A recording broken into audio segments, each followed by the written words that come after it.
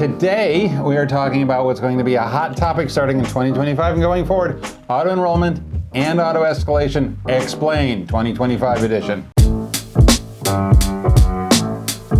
Today we'll explain how these tools work, why they're important, and what this means for your financial wellness. So whether you're an employer or employee, auto enrollment and auto escalation are going to impact you starting this year, especially if you're starting a brand new 401k or 403b plan. So Christopher, why do these features matter? Why do they matter? Matter because they're mandated.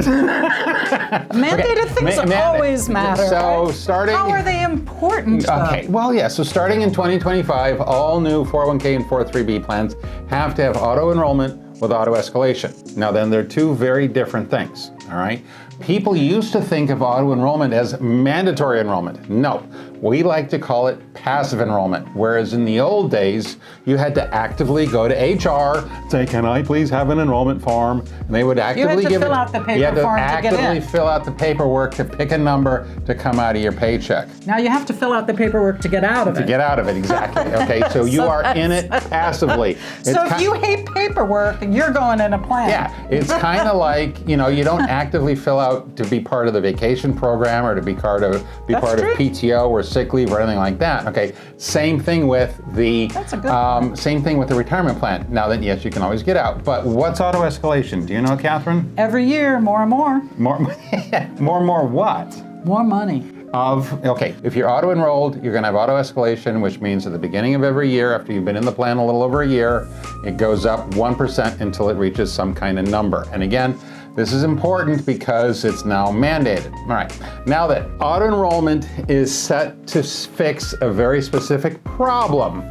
There is a massive retirement readiness gap in this country. I don't think anybody really questions that. Now then, so part of the retirement readiness gap is low participation rates, okay? We see some plans with automatic enrollment. You've got less than 15% of the total population deferring. That's not good. And so, because some people think, oh, I'm not old enough, or even saving small amounts. They may not know they're supposed to. There's the lack of it. I'll get to it eventually. Right. Yeah. Yeah. A lot of it is insufficient savings due to, low contribution rates. They're just not deferring enough, all right?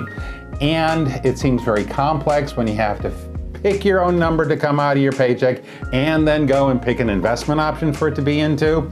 So you got a lot of complexity and inertia slowing it down. Now then, we recently did a podcast with our good friend Kevin Spaeth over at PenChecks. And he always has some good ideas. He always has some very good ideas. And even though PenChecks is all about distributions, he is such an auto enrollment fanboy, I guess. I don't know. So what he was saying is that before auto enrollment, only about 60% of employees participated in their company's retirement plan.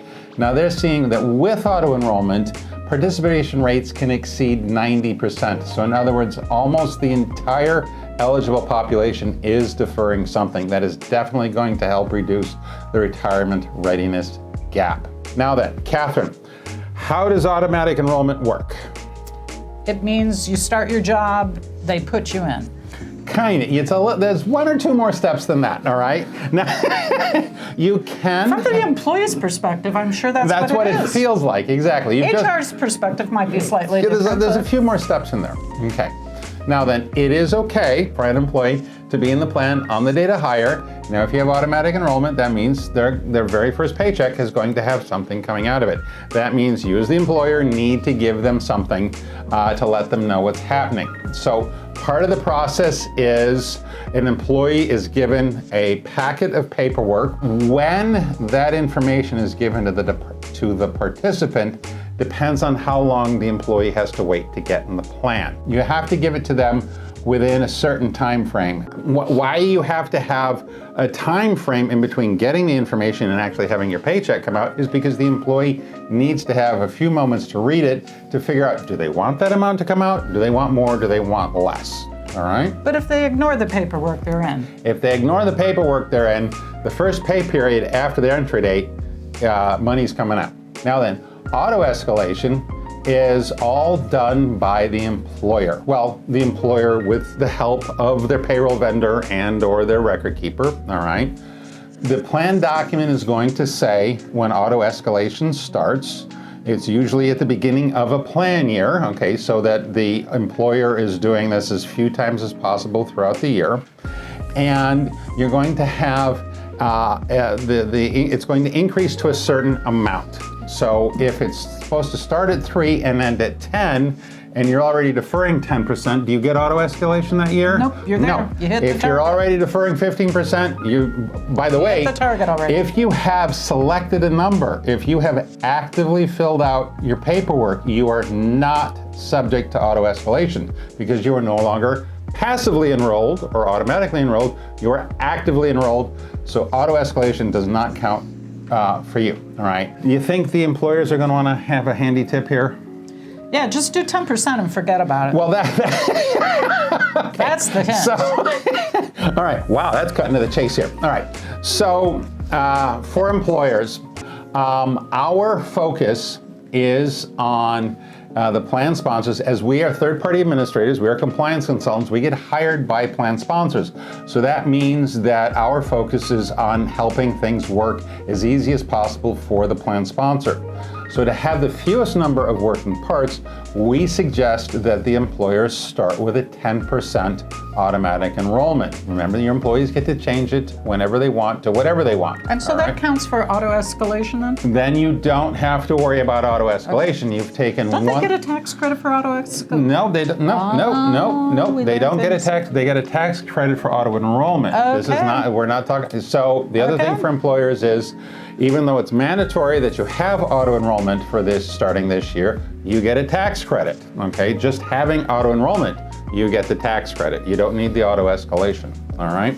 Now you do, as an employer, need to make sure that you have adequately shared this information with your employees. Now then, from the employee's point of view, read what your employer gives you, darn it, okay? Because your employer has to give you something. They don't have to make sure you've read and understood it. If you don't understand it, ask. And not your buddy next door or your neighbor who doesn't work for your employer. Ask your employer who at the company you should ask for help. Okay? They have to give it to you. So pay attention to what's happening to your plan. When does the amount go up? Have they changed the default investment? Are your contributions going in the right investments? Are they going into your account? Actively pay attention to what's going on in your plan. It is your retirement you're paying attention to. All right? Now then, if you want to see how much you can save when starting a new 401k plan, please, as an employer, go to our tax credit calculator using the link in the description. Thanks for watching. Okay, you guys know what to do. Like, subscribe, tell your friends and neighbors, and most importantly, keep those cards and letters coming. Toodles. Toodaloo.